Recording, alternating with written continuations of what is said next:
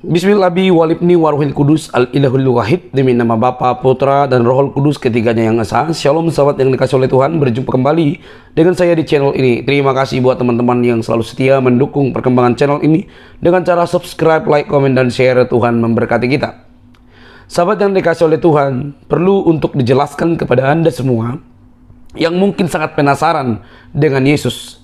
Sampai kapanpun Anda tidak akan mengenal Yesus jikalau Anda tidak mau terbuka untuk mempelajari Alkitab. Karena kalau Anda mempelajari kitab-kitab lain untuk mengerti Yesus yang tertulis di Alkitab, kemungkinan Anda tidak akan ketemu. Mungkin akan Anda tahu, tapi bukan Yesus yang dituliskan di dalam Alkitab. Itulah sebabnya ada banyak orang yang mencoba menyamakan antara Yesus dengan Isa. Sekalipun Yesus dan Isa itu bisa digunakan untuk pribadi yang sama oleh karena latar belakang budaya bahasa yang berbeda, namun pribadinya sama. Tetapi bisa dia berbeda kalau itu sudah berbeda dengan kisahnya, teman-teman. Oke? Kali ini kita akan mendengar satu diskusi dari seorang Muslim yang penasaran dan jelaskan dengan baik. Lihat dengan terang, jadilah cerdas, tidak perlu kepanasan. Ini dia videonya.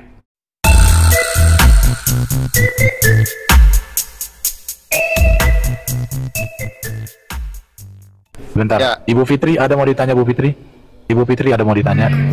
Bu Fitri kalau mau tanya Kekristenan sama saya aja, Bu Kristin. Ya, tanya aja sama saya. Saya ini guru mereka. Ini kita aja, Pak. Yang dibawa ini aja, Ibu, Pak. Kita aja. Bukan, yang dibawa ini Bu Fitri, inilah ajaran bidat Kristen yang mengatakan Yesus Allah Bapa, Bu. Sebentar saya turunkan dulu kamu ya. Aduh, turunkan. Nanti kamu naik ya. Nanti kamu naik. Oke, silakan Ibu Fitri. Bang Billy. Ya, sore Pak. Iya, selamat sore. Nanti siang tadi itu Bu Fitri ngaku-ngaku Kristen, tapi bukan Kristen. Masa dibilang dia Yesus itu Allah Bapa ditombak, Allah Sang Pencipta alam semesta. Itu ajaran lato-lato bagi kami, Bu ya. Jadi itu bukan representasi Kristen, tapi itu penyesat-penyesat yang ada di dalam komunitas Kristen, tapi bukan Kristen, Bu. Jadi kalau Ibu mau tanya, tanyalah ke kita. Silakan Bu, ada mau ditanya, monggo. Ya gini Pak, mau tanya ini. Ya.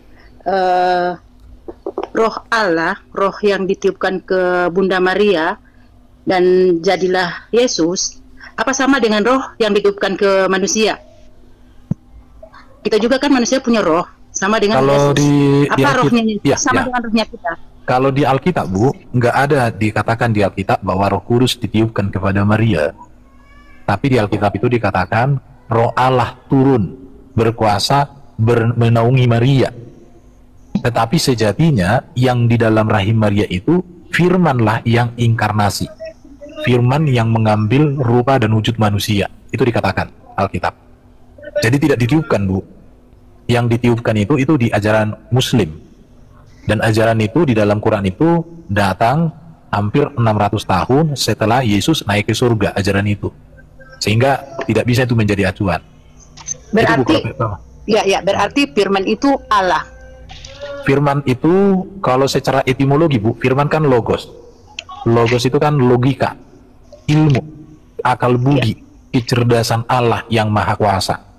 Jadi Allah mengutus firman-Nya menjadi manusia supaya melalui firman yang menjadi manusia itu Allah menyatakan keselamatan bagi manusia, Allah menyatakan hidup yang kekal bagi manusia. Karena dikatakan Yohanes 3:16, karena begitu besar kasih Allah, bentar dulu, Bro. Karena begitu besar kasih Allah akan dunia ini, sehingga ia telah mengutus, mengaruniakan anaknya yang tunggal, artinya firman satu-satunya menjadi manusia. Itulah Yesus Kristus, supaya setiap orang yang percaya kepada firman menjadi manusia itu selamat, masuk surga, hidup kekal. Begitu, Bu. Ya, saya fokusnya ke sini, Pak, ke kata mengutus. Berarti Yesus utusan. Yesus itu betul firman Allah lah yang diutus oleh Allah. Jadi bukan Allah Bapa, Sang Pencipta alam semesta, berubah-ubah kayak Power Ranger, berubah jadi manusia, enggak begitu, Bu. Tapi firman-Nya yang kekal, yang maha kuasa di dalam dirinya lah, yang inkarnasi, mengambil hakikat manusia, supaya melalui hakikat manusia, dia menyatakan segala karya keselamatan bagi manusia. Betul. Justru mereka-mereka tadi lah, Bu, yang mengatakan tanya Kristen sama aku tadi, itulah mereka yang menolak Yesus sebagai utusan Allah. Tapi mereka katakan Allah mengutus Allah, Roh mengutus Roh. Bu. Itu ajaran mereka, Bu, ya. Jadi ajaran mereka ini ajaran mereka ini memang, Bu, rada-rada agak-agak aneh, Bu. Masa Allah mengutus Allah katanya kan? Allah mengeluarkan Allah, roh mengutus roh katanya. Itu bukan ajaran Kristen, Bu. Ajaran Kristen itu benar. Bahkan saya bisa tunjukkan sama Ibu, Yesus mengakui bahwa dia utusan Bapa, yaitu firman. Ada 40 ayat lebih. Bisa saya tunjukkan Yesus utusan Bapa. Itu. Kalau memang, ya Pak, kalau memang dia utusan, berarti dia utusan Bapa, utusan Allah dalam hal ini ya. Utusan Ya, Allah Bapa mengutus dia, betul. Kenapa umat Kristen menyebut dia Tuhan, dia Allah, dia Allah itu sendiri. Oke, pertanyaannya sangat bagus sekali, Bu. Ini saya suka pertanyaan Ibu ini, tapi saya pulpen saya di mana ini? Lagi cari pulpen aku. Biar aku bisa. Jadi gini, Bu ya. Allah kami itu kan Allah yang hidup. Allah yang transenden. Nah, ini saya tangani dulu Bu Justin ya, nanti tambahkan ya. Bentar. Lanjut. Ini Ibu ini luar biasa pertanyaannya. Ini pertanyaan yang luar biasa, Bu. Saya khusus menjawab Budet aja. Oke, saya bantu Ibu karena selama ini memang kan banyak orang salah paham ini. Iya, soalnya banyak juga penjelasan dari pihak Oten yang sama Bang Billy lain, sama Mikana lain, sama mereka, apalagi Mikana itu, itu bukan Kristen itu penumpang gelap itu kami katakan, Bu. Itu tidak menjadi representasi Kristen ya. Mikana, Billy, mereka semua itu ajaran kolok-kolok itu, Bu. Mohon maaf ini ya. Ini saya tunjukkan sama Ibu ini. Saya pakai gambar untuk alat bantu aja, Bu ya. Alat bantu. Ya, jadi gini, Bu. Allah Esa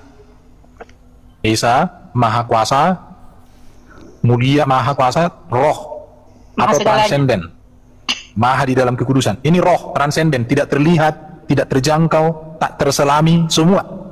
Allah yang Esa ini, dia kami sebut sebagai Allah Bapa. Ya, Allah Bapa. Di dalam dirinya, dia memiliki firman dan juga memiliki roh. Firmannya itu di dalam dirinya, rohnya itu satu di dalam dirinya, tidak terpisah. Jadi karena Allah Bapa itu Esa, maka firman dan roh juga Esa. Allah Bapa itu Maha Kuasa, maka firman dan rohnya juga, karena ini ada di dalam dirinya, satu, Maha Kuasa. Allah Bapa itu transenden, firman dan rohnya juga transenden. Manusia tidak bisa memahami, manusia tidak bisa mendekat, manusia tidak mengetahui Allah ini secara utuh, secara sempurna, nggak bisa. Tetapi dia mengutus firman-Nya ini menjadi manusia, Yesus Kristus. Maka karena itulah Yesus Kristus mengatakan, aku datang dan keluar dari Bapa. Jadi kalau ditanya tadi, Bu, mengapa orang Kristen mengatakan Yesus itu adalah Allah? Karena dia firman, Bu. Kan firman Allah. Ya Allah. Kenapa firman Allah? Allah? Karena firman Allah di dalam diri Allah. Tetapi Yesus itu juga manusia. Kenapa Yesus manusia? Karena kemanusiaan Yesus itu adalah dari rahim Maria. Rahim Maria, Bu. Makanya kami percaya Yesus itu dui naturnya, dui kodrat. Bisa paham Ibu, dua kodrat Yesus? Dia adalah Allah karena dia firman. Dia juga manusia karena kemanusiaannya itu dari rahim Maria. Hakikat dia sebagai firman itu kekal. Bisa dipahami, Bu? Lanjut. Oke. Ini ya. Tanya lagi, Pak. Oke, silakan. Ya. Berarti dalam segi keilahian, roh yang saya tanya, roh yang dikasih ke Yesus apa sama dengan yang roh di manusia? Oke, yang namanya manusia, Bu, kami percaya dengan trikotomi. Trikotomi ya. Trikotomi itu apa? Dia punya tubuh, dia punya jiwa, kehendak, dan dia punya roh. Jadi Yesus yang manusia, dia manusia utuh sempurna. Karena dia punya tubuh, punya jiwa, kecerdasan, akal budi, kehendak, dan punya roh hidup. Tetapi Yesus yang manusia ini juga, bawa roh Allah juga berperikoresis di dalam dirinya. Apa itu perikoresis? Bahwa roh Allah yang Maha Kuasa di dalam diri Allah juga bernaung dan berdiam di dalam hakikat kemanusiaan Yesus. Iya, saya mengerti. Roh Allah, iya, oke, terima kasih. Jadi roh Allah yang Maha Kuasa juga berdiam, bernaung, berperikoresis di dalam kemanusiaan Yesus. Walaupun kemanusiaan Yesus itu. Ya, saya mengerti, Pak. Silakan. Bagaimana dengan kita manusia, Pak? Apa kalau manusia? Kalau manusia, Roh Kudus hanya ada pada orang-orang yang mengaku Yesus Kristus sebagai Tuhan dan Juru Selamat. Tidak ada Roh Kudus di luar orang yang tidak mengaku Yesus Kristus sebagai Juru Selamat. Karena di dalam Alkitab dikatakan, yang di luar ini, Pak, yang di luar Kristen, kita juga kan punya roh, kita juga kan bernapas. Roh kemanusiaan, roh jasmani. Jadi gini, Bu, jadi beda ya. Jadi orang di dalam Kristen itu beda dia. Contoh ini ya, Ibu sebagai manusia di luar Yesus Kristus, Ibu punya tubuh, punya jiwa, punya roh. Tapi roh di sini apa? Hidup. Bukan hidup. Tetapi kalau orang Kristen, Dia punya tubuh, dia punya jiwa, punya roh. Dan roh Allah berkuasa atas hidupnya. Roh Allah Berarti bernaung. kalau Islam, berarti Ya, kalau orang berarti- Islam roh Allah tidak berkuasa atas diri orang Islam, begitu ya Pak? Ya, di dalam Quran juga kan nggak mana pernah orang ibu diajarkan ada roh Allah dalam diri orang Islam. Pak, Ya kan memang kita ini- kenyataannya begitu kan, Bu? Coba, kita ini ibu kan sebagai dengan orang rohnya. muslim, bentar. Ya. Ibu sebagai orang muslim, apakah ada di dalam ajaran Quran mengatakan bahwa orang muslim itu dipenuhi oleh roh Allah, oleh Roh Kudus? Kan tidak ada memang, bukan? Yang kita hidup ini kan karena roh Allah. Maksudnya Loh, cuma beda. Itu nama, makanya di ini Bu, lihat.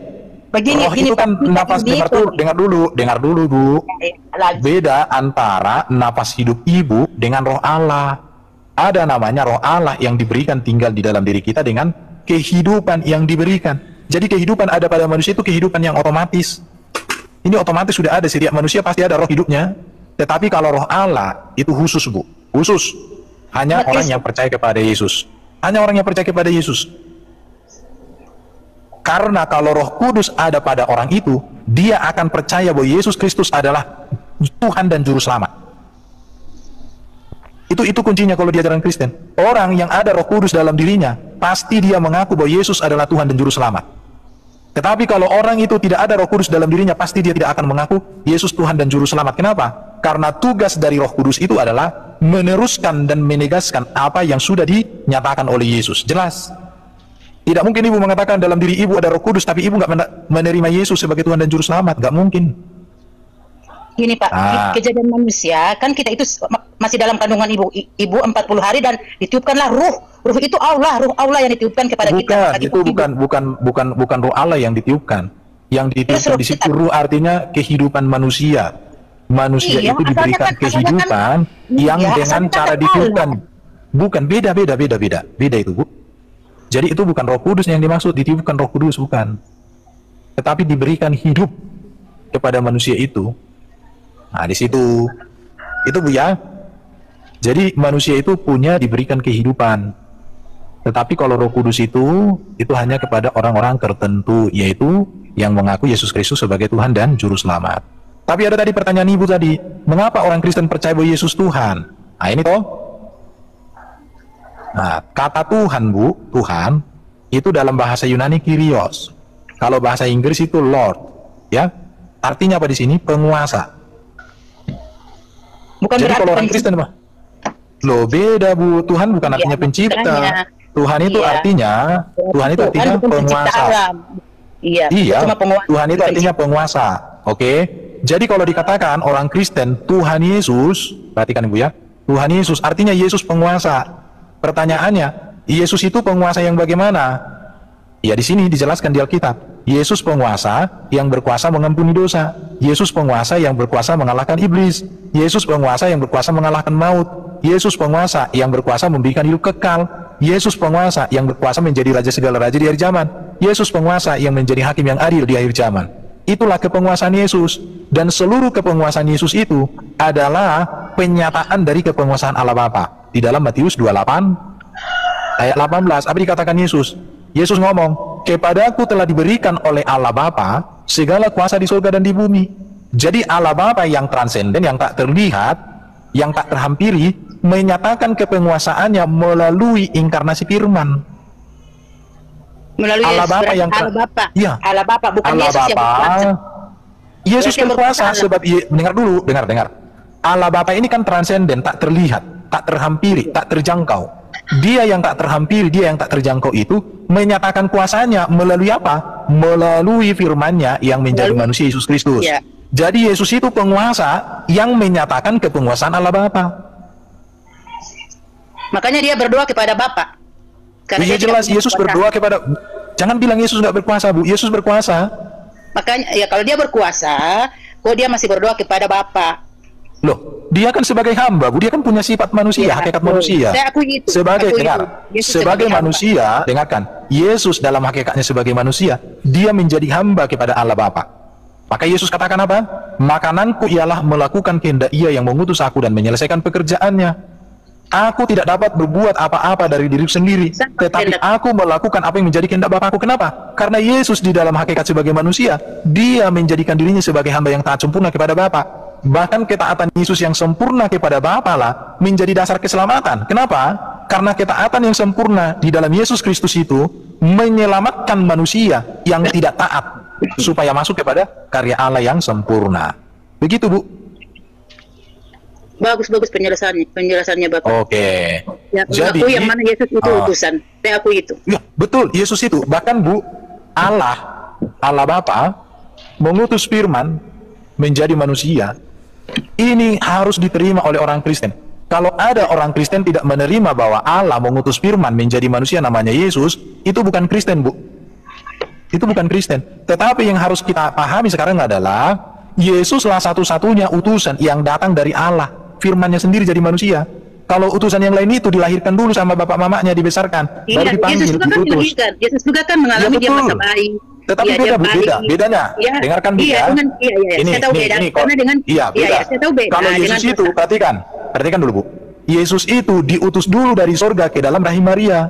Iya, Kemudian saya tahu. Maria, ini saya buat gambarnya ya, ganti ya. Allah mengutus Firman menjadi manusia, diutus ke dalam rahim Maria. Ya toh, Firman itu mengambil hakikat manusia di dalam rahim Maria. Kemudian Maria melahirkan Yesus. Iya. Nah, terus Yesus itu untuk apa diutus oleh Allah? Untuk memberikan keselamatan, untuk menyatakan hidup yang kekal, untuk mengalahkan iblis, untuk apa lagi? Mengalahkan maut. Untuk apa lagi? Untuk memberikan teladan etika dan moral sempurna. Untuk apa lagi? Untuk memberikan siapa Bapa di surga, bagaimana kita selamat, memberikan Roh Kudus, apalagi semua yang baik-baik ada pada Yesus ini. Maka karena itulah Yesus katakan, akulah jalan kebenaran dan hidup. Tidak ada seorang pun yang sampai kepada Allah Bapa kalau tidak melalui aku. Jadi manusia di dunia ini mengalami persekutuan dengan Allah Bapa di surga melalui Yesus. Karena Allah Bapa di surga memperkenalkan, mewahyukan dirinya di dalam Yesus. Jadi Yesuslah yang membawa kita ke surga. Kenapa? Karena kita sendiri langsung ke surga itu nggak bisa kepada Bapa, karena kita penuh dosa. Tetapi Allah yang sempurna, yang maha kuasa ini menyatakan dirinya, menyatakan keselamatan kepada kita melalui Yesus. Maka kita harus menerima Yesus. Iya, Karena kalau kita Yesuslah Islam, satu-satunya. kalau kita Islam, Nah, itu. Islam kita menerima Yesus. Kita menerima Yesus karena dia utusan. Loh, Cuma masalahnya ibu kalau di menerima Islam, Yesus sebagai kalau di Tuhan, Islam, yang jelas kita tidak menerima. loh, Yesus kalau sebagai ibu, Tuhan. makanya saya bilang di dalam diri ibu tidak ada Roh Kudus. Kalau ibu memiliki Roh Kudus, pasti Saya menerima hidup ini Yesus kan- sebagai, iya. Ya, saya Jadi, hidup ini kan justru itu. ruhnya, roh Oke. Allah. Masa Loh, saya hidup beda sebagai setan? beda bro.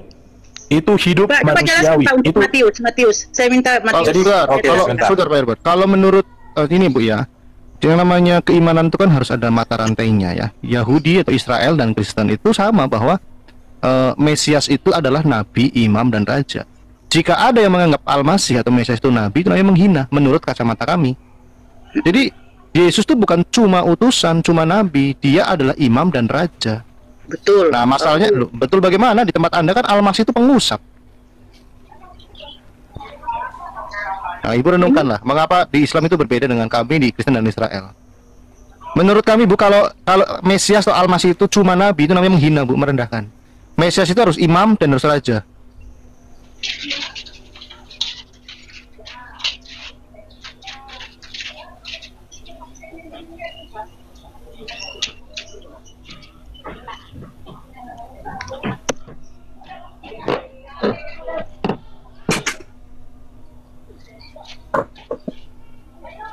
oke. Halo. Iya, halo Bu. Iya, Pak, saya mau minta penjelasan dari Matius ayat berapa ya?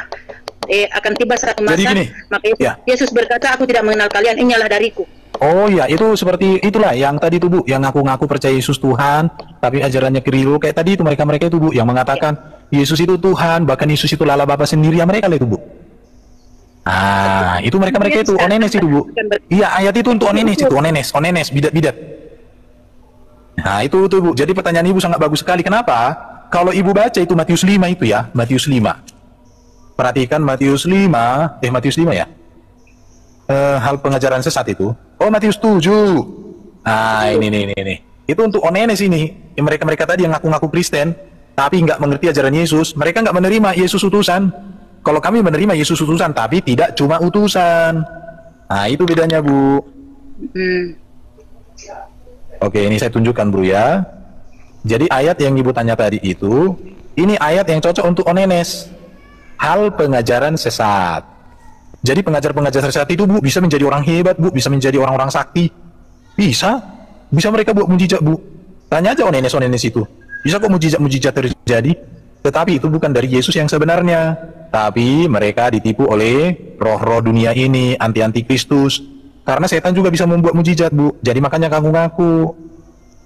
Nah, di situ. Jadi gini, Bu, masalah tentang Yesus utusan, saya secara pribadi saya katakan, satu-satunya utusan yang tidak berdosa hanya Yesus. Maka kalau ada utusan yang berdosa, saya tolak. Satu-satunya utusan yang punya ajaran etika dan moral sempurna nilai kerajaan surga hanya Yesus. Maka kalau ada orang ajaran dan perilakunya, etika dan moralnya itu cacat, saya tolak. Satu-satunya utusan yang mengalahkan iblis dan mengalahkan maut itu Yesus. Maka kalau ada utusan yang tidak bisa mengalahkan iblis dan tidak bisa mengalahkan maut, saya tolak. Yesus itu satu-satunya utusan yang sudah di surga, Bu. Dan dia menyediakan tempat untuk semua orang yang percaya kepadanya. Maka kalau ada utusan yang tidak bangkit dari kematian dan tidak pasti masuk surga dan tidak bisa berbuat apa-apa di surga untuk saya tolak. Yesus itulah satu-satunya utusan yang menjadi raja segala raja, di akhir zaman menjadi hakim yang adil, yang akan membinasakan iblis serta manusia-manusia tersesat di neraka dan membuat manusia-manusia yang percaya padanya masuk surga dalam kemuliaan. Maka kalau ada nabi atau utusan yang tidak bisa menjadi apa-apa di akhir zaman, saya tolak. Jadi itulah yang membuat saya percaya bahwa satu-satunya keselamatan yang ditetapkan Allah kepada manusia ada pada pribadi Yesus Kristus. Maka semua yang kualitas kehidupannya, kualitas ajarannya, kualitas etika dan moralnya di bawah Yesus, dan saya sudah membaca, saya tidak bisa menjadikan dia patokan. Tapi patokan saya hanya Yesus. Selamat datang untuk mengikut Yesus yang sempurna di dalam segala hal yang kudus dan benar. Silakan, Ibu apa mau tanya, Bu? Berarti pengikut-pengikut Kristen yang lainnya itu kayak itu pengikut Paulus mungkin ya, Pak? Bukan, kalau Onenes, Bu. Onenes itu pengikut-pengikut roh-roh kegelapan, Bu. Oh, makanya saya... Iya, jadi mereka yang mengatakan Yesus itu Allah Bapa itu sendiri mati ditikam, itu pengikut-pengikut roh-roh kegelapan itu bagi kami, Bu. Ya, tapi kami kasihi mereka, Bu, ya. Kami nggak membenci mereka, yang kami benci ajarannya, karena Yesus nggak membenarkan kita membenci orang.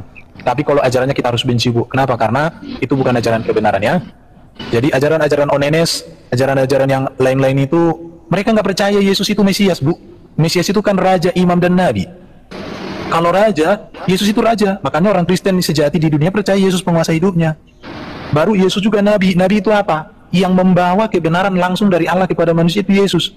Kemudian imam. Imam itu apa? Yang menjadi, yang mempersekutukan manusia dengan Allah.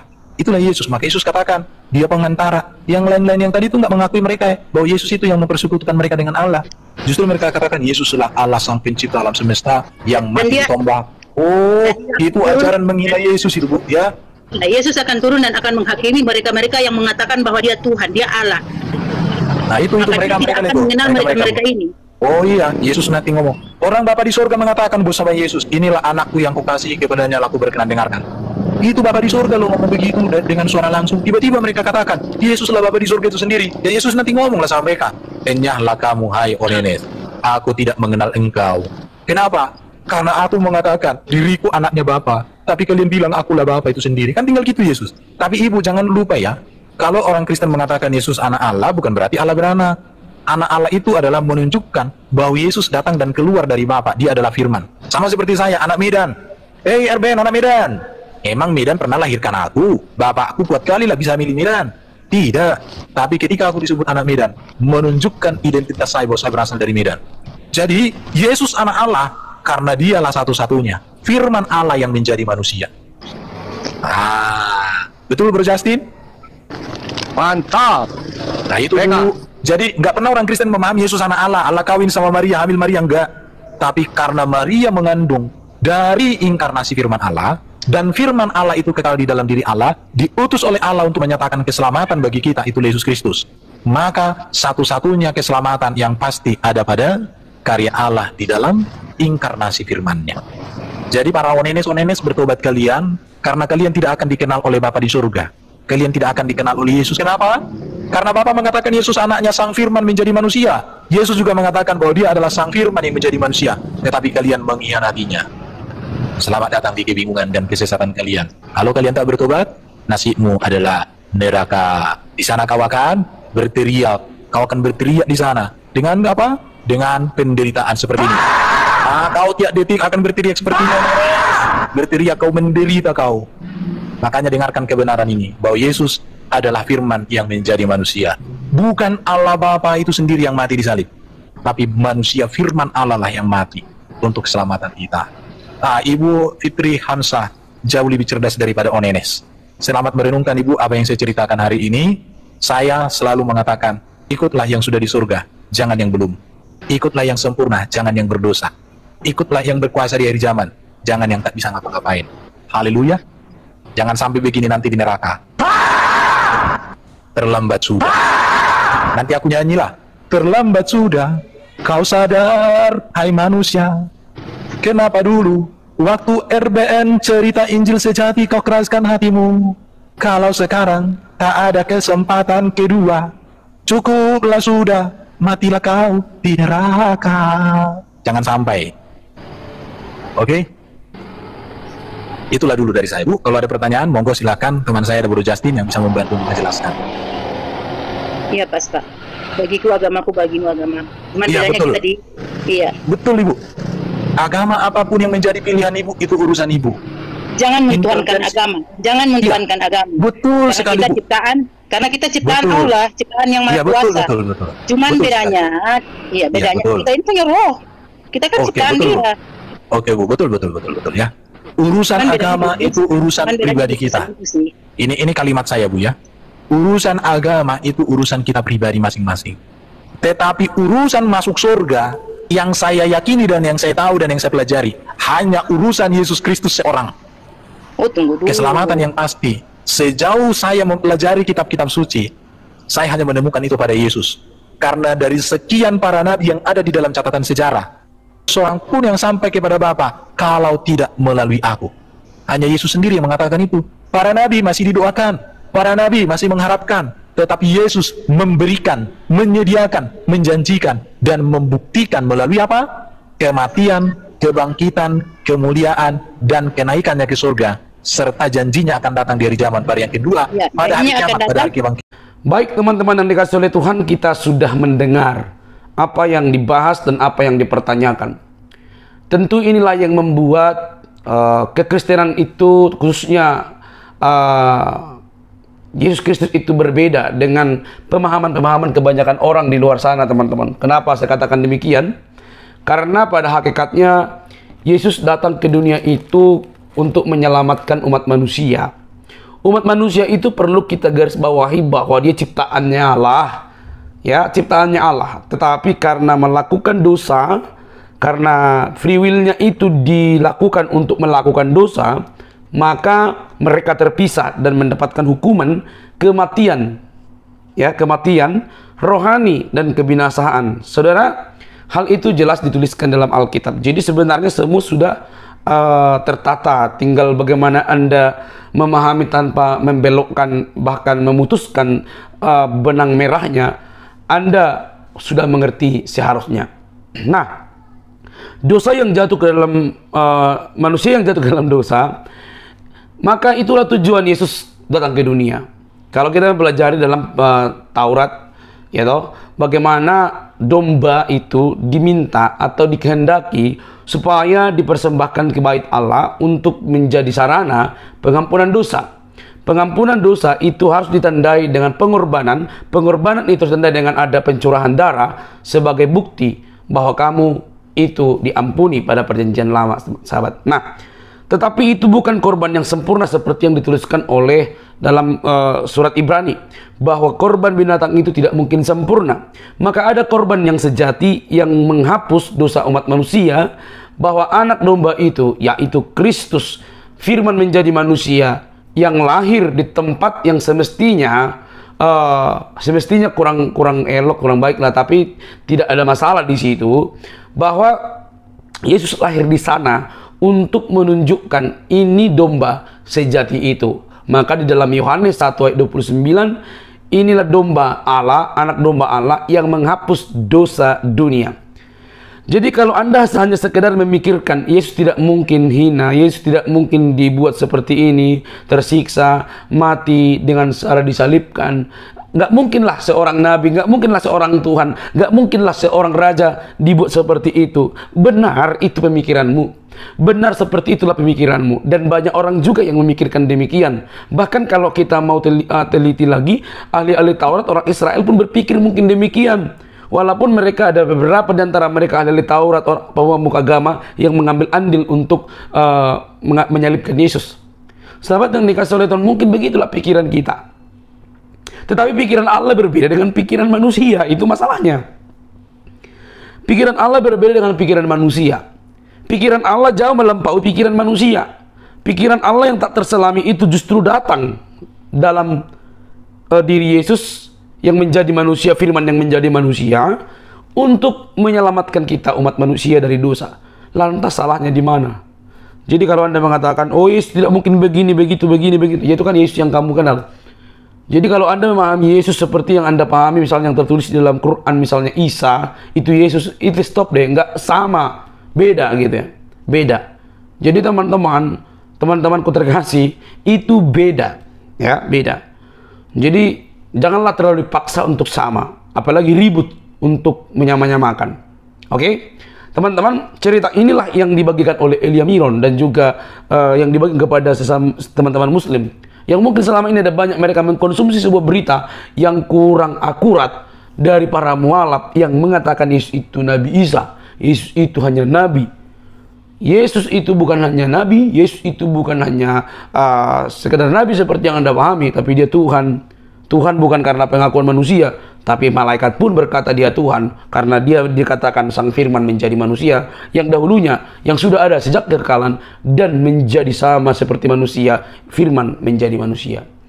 Jadi itulah keunikan kekristenan, yang mana Yesus menyelamatkan umat manusia dengan cara di luar pikiran manusia, dan itu lambang dari kita yang berdosa. Oke, sampai di sini video saya teman-teman. Jangan lupa untuk mendukung dengan cara subscribe, like, komen, dan share. Sampai ketemu di video selanjutnya.